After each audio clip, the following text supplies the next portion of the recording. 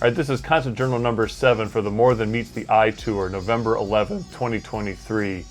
This was the tour with Sabbath, Cybertronic Spree, and Playboy Manbaby at the TempleLive venue in Cleveland, Ohio. This is our first time at TempleLive. This is a former Masonic temple that was built in 1920 in Cleveland, the original home of the Cleveland Orchestra.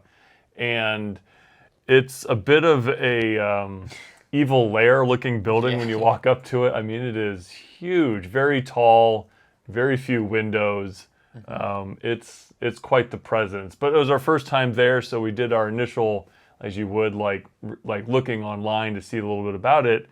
And it looked like there was a big space, like, they had a bunch of seating and a big floor space.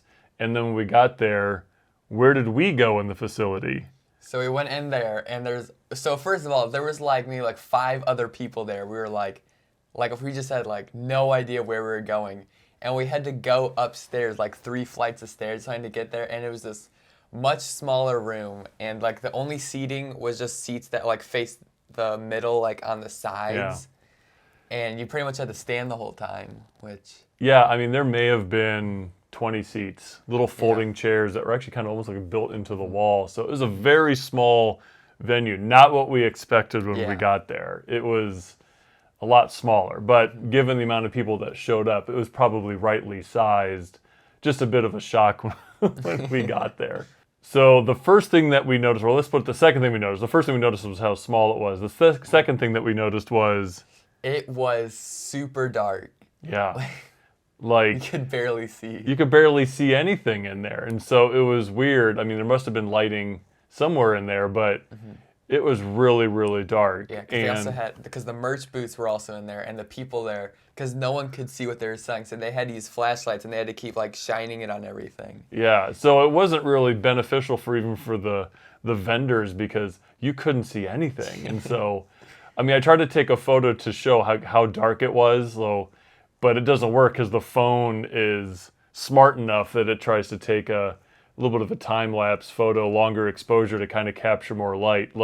Even the photo that we have, it was twice as dark as that when we were in there. And I don't know why. Everyone was struggling with it. I got me a little bit of a sense that the participants weren't really in control of the venue, or there wasn't someone there that was kind of helping them. I don't know. It seemed like it would have been an easy fix, but it wasn't.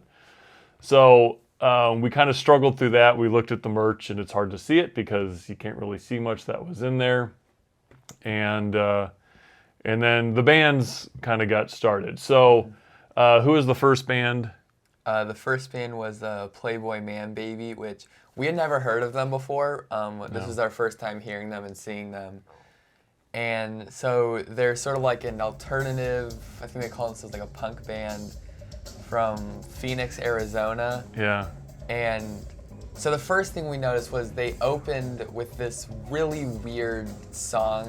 It's I don't even know how to describe it, but it was not a good opener. It's set like a bad tone. You're like, oh boy, how's this gonna go? It was a bit disjointed, and it reminded me a little bit of, it's almost like a Mr. Bungle type of sound, where it's almost avant-garde type of sound. So anyway, that was kind of a bit of a rough start, but then they kind of got into the rest of their set. Which was a lot more fun. Yeah, so it really improved with all of that. So all of a sudden you started out a bit guarded, and then all of a sudden you're like, wow, this is some great stuff. So it was fun. Yeah, because at the end they did a song, was it Cadillac Car? Is that what they called it? Something like that, yeah. That song was really fun. They had a lot of crowd interaction, especially with that song. Yeah. Because even during that song, they sort of stopped halfway through. The singer went in the crowd. And at first we were just singing the lyrics, but then I don't remember what happened, but he split us up into 2 sides. Yeah, that's right. We were because remember he picked, I think it was one side was for something, other side was for something else, and then we both did rock, paper, scissors. Yeah. And I'm pretty sure the side we were on lost. Yeah, that's all I remember, but... It was really fun. Yeah, so I think the crowd size, which let's put it at, 150 people-ish, maybe a little bit more, maybe a little less, but that he got into the crowd. Everybody kind of circled around him, and he kind of did this.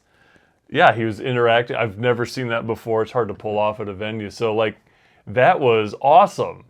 Like that got everybody involved, and then through his little skit, if you will, that he did, you learned the chorus to this song, and so you sang along with him, and that was like, that's a perfect example of what an opening band needs to be good at, which is, we are going to have you have interaction, we're going to have you participate in some way, you'll learn a song, you'll learn some lyrics, something like that. And we went from not knowing anything about the band to going, we had fun. Yeah. That was fun. So that was great. Some other bands we've seen could have learned from that. Watch some more opening bands and what it takes for them to do that. So anyway, so that was a great hit. And then who was next? Next was Cybertronic Spree, which was the band mainly the main reason we came to see them, because we'd wanted to see them for a while. Right. Yeah, and so Cybertronic Spree is basically a cosplay band. They dress up as Transformers from the 1980s cartoon, and they primarily sing songs from the soundtrack from that movie. And then they also have some original stuff, which I would kind of call kind of a retro wave style, which is kind of the synthesized rock stuff from the 80s, very 80s centric, which I enjoy that, so that was a nice little treat with that. But they're from Toronto, Canada, so they were channeling their inner Rush as another band from there. So we did get to see most of what we expected off the soundtrack, as well as a couple tracks off of their newest album. I think it was called Ravage. I think so, yeah, because I think they also had a big patch that was like the album artwork for it. Oh, that's right, yeah. But also great stage presence. Yeah. They didn't have any direct, like, as interactive with the attendees, but I don't know, like they were very,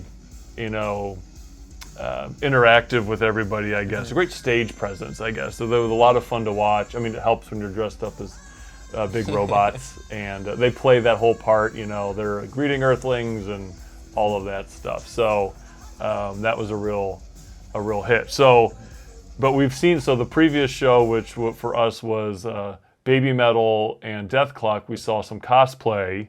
Did we see some cosplay with this one? Yes. So so we were waiting, for them to start, and then we see this guy come in, dressed up as like McDonald's French fries, but he's a transformer too. So he's like a robot, like a French fry transformer. Yeah. And we got a picture with him, and he was pretty cool. Yeah. So he really stood out, because I mean it was quite the costume. It lit up a little bit and all that. So that fit in perfectly into that. That was actually a real kind of a little bit of a highlight, I guess, to see someone wear something like that. So the last band of the night was Sabbath, which is a parody and like sort of tribute to Black Sabbath, where they basically cover Black Sabbath songs, but they sing about like fast food instead. And they're the self-described founders of drive-through metal. Drive-through metal, yeah. So it's basically cover songs with different lyrics, and they're all food-based variations of the original. Instead of like Sweet Leaf, it was like Sweet Beef. Yeah, I think, because one of the ones that was the most fun was instead of Children of the Graves, it was Chicken for the Slaves. Yeah. So it's, there. So I only aware of them, but I mean, I think we were looking forward to it, because boy, talk about a great pairing. You have two novelty bands, they're all dressed up, they're playing together. So it really couldn't be a much better pairing than that. So they're from LA. The lead singer performs the whole thing with his accent, his English accent, basically mimicking Ozzy Osbourne with it. And then they're dressed up as different characters from the 80s McDonald's characters. I don't know what to describe them like. They're like, they're like the mascots, but I guess like metalified. I don't know, because like the guitarist, the Slayer McCheese, where he has like the sort of like stuffed Tony Iommi wears, like the sort of like a shirts and stuff he wears to like cross. Yeah. So, I mean, that was very well. So there's a lot more skits to it. They did a little bit more things between songs. So in a way, it was kind of crowd interaction. It was a pretty good stage presence. But to be, like, at least for me, I don't know about you, but like the shtick got old. Because after a while, you're just like, you're just singing songs with different lyrics. And after a while, you're like, I mean, I don't know. I kind of get it, but I didn't need that long of it, so... Yeah, well, I thought, like, when they were performing, it was fun. All the stuff they were doing during this, like, sets were fun, but in between it was annoying because they did... Like, it was multiple times, probably like 5 times they did it, where basically they said... he was looking through a book, I guess, like a joke book or something, and they're all just parodies of metal band names. Yeah. And it was like... But they're, like, food-related, so there's, like, Pantera bread and stuff, and I'm like... I feel like they should have picked like maybe like the 5 best ones. Yeah. Done it once and then that was it because they did it a bunch of times and it's like they got worse every time. Yeah. So there's a little bit of a struggle with between songs, you know, because again, this is a really small venue, very few people, and as soon as it's quiet, like It's quiet. It was quiet. I mean, it was almost like tumbleweeds blowing through. So you needed something to kind of keep that energy going. Like the band should have maybe been playing some interludes or something. You know, so that was what that was. Then you ended up getting a bottle cap from one of the sticks or the skits that he did. Because I think one of the things is that the singer pulled out a massive straw and then, because they had another guy that was there, which I think he was actually working in the merch booth, but he was dressed as like a fast food worker and he came and he opened a beer and he fed it through the straw. But when he cracked it open, he took the cap and he threw it into the crowd, and I caught it. I don't know why you're so excited about a bottle. Because I caught it, and it's cool. There you go. So it wasn't even like, it was literally just from like, you know, a beer. I mean, it wasn't even like a novelty thing, but whatever. So it brought you joy, and we ended up with a bottle cap, which is somewhere in our house now. I mean, it's basically better than a pig, so you know. Okay. And so, I don't know, was it the last song or second last song, they ended up actually doing a joint song with Cybertronic Spree. So, RC and Hot Rod, was it only those 2 that came out? I think so, yeah. Yeah, so they came out, and what song did they do? They sang a cover of Halloween by the Misfits. Okay. But they also, during it, Ronald Osborne sang the singer of Max Sabbath. He made a Halloweener schnitzel, so he made everyone scream schnitzel during the chorus. Yeah. But also, they brought the guy dressed up as the Fry Transformer up on stage.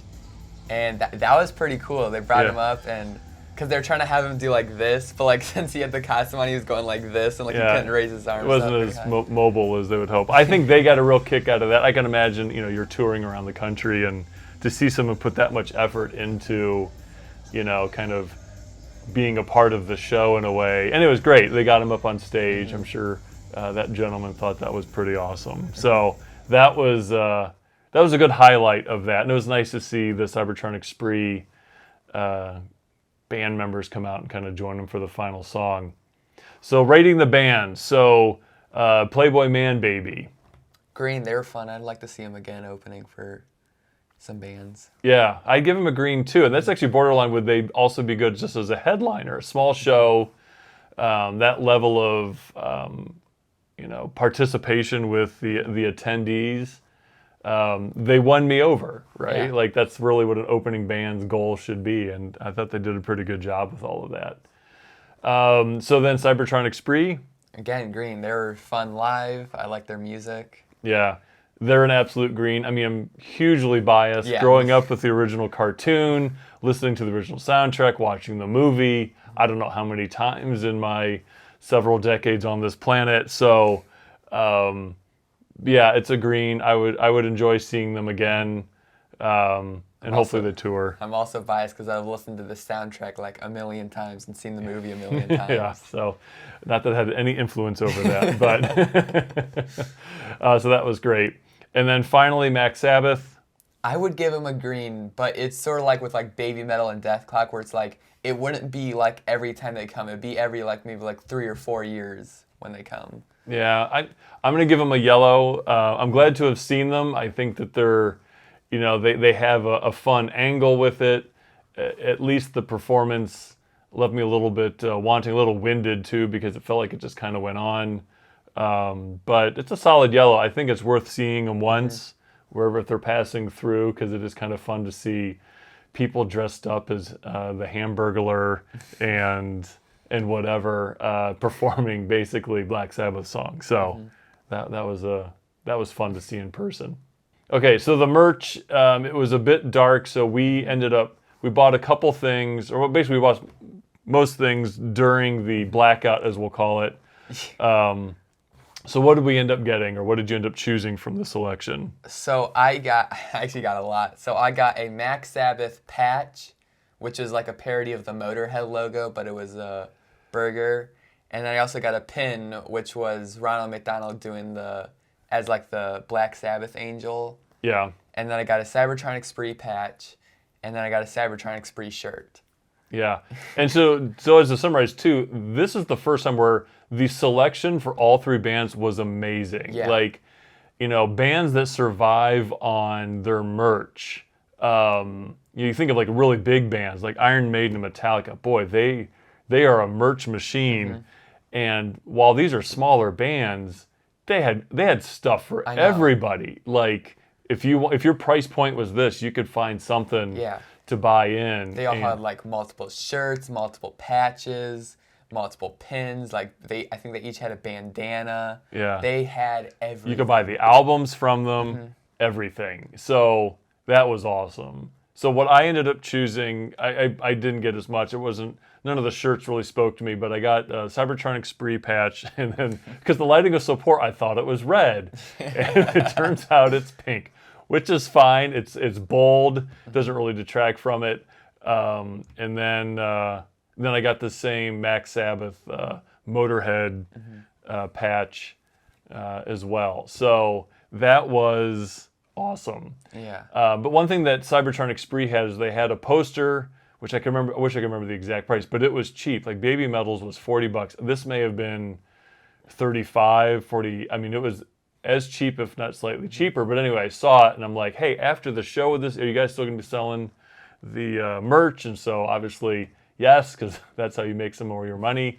So afterwards, and then surprisingly, the lights came up. I know, which is nice because you could actually see. Actually see it. So I got the Cybertronic Spree poster, and following the band online for a couple of years, I noticed that they kind of make these posters, I don't know if it's once a year or maybe with each new album or something like that.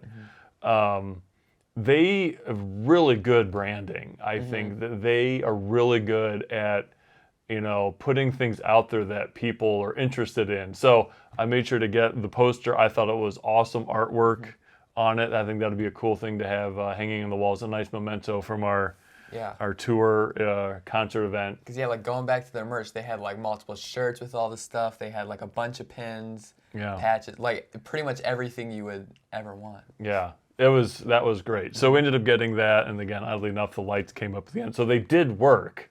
It's just that for some reason the venue had it turned down. And then while we're at the merch booth, when we were getting ready to leave, we met the Cat Burglar, which is the drummer for Mac Sabbath. Yeah, so he came out, so we got a picture with him. He was very nice.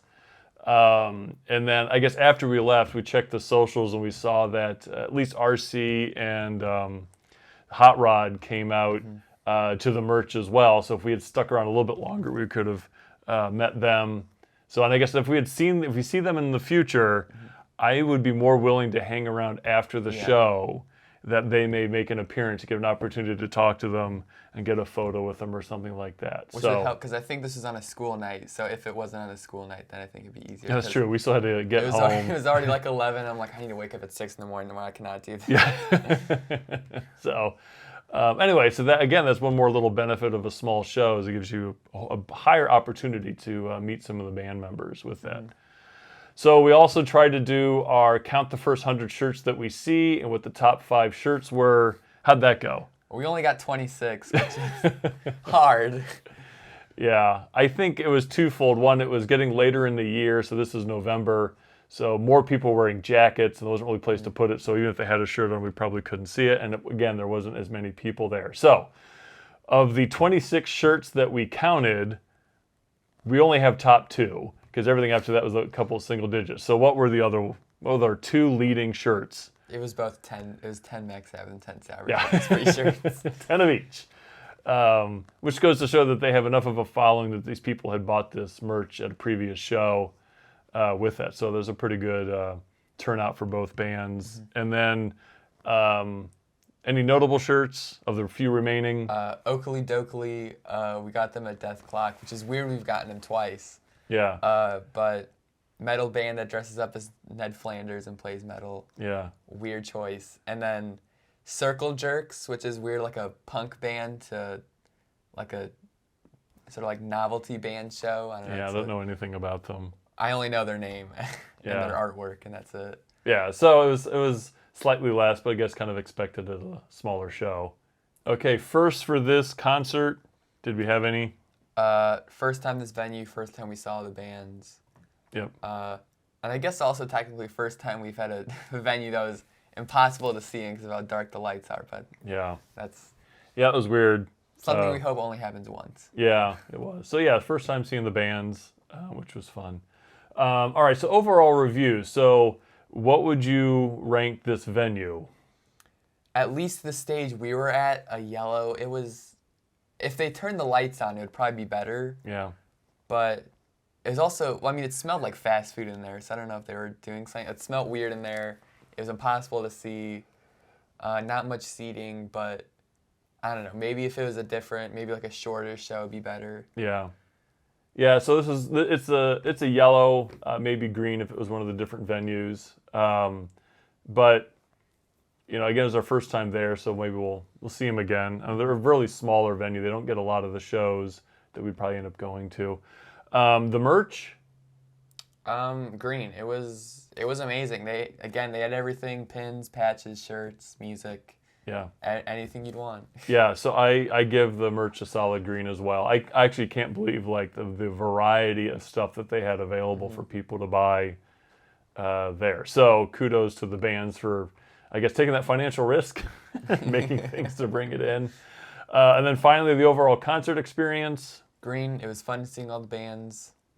It's fun having sort of small show, I guess. Yeah. It was fun. Yeah, I give them a green as well.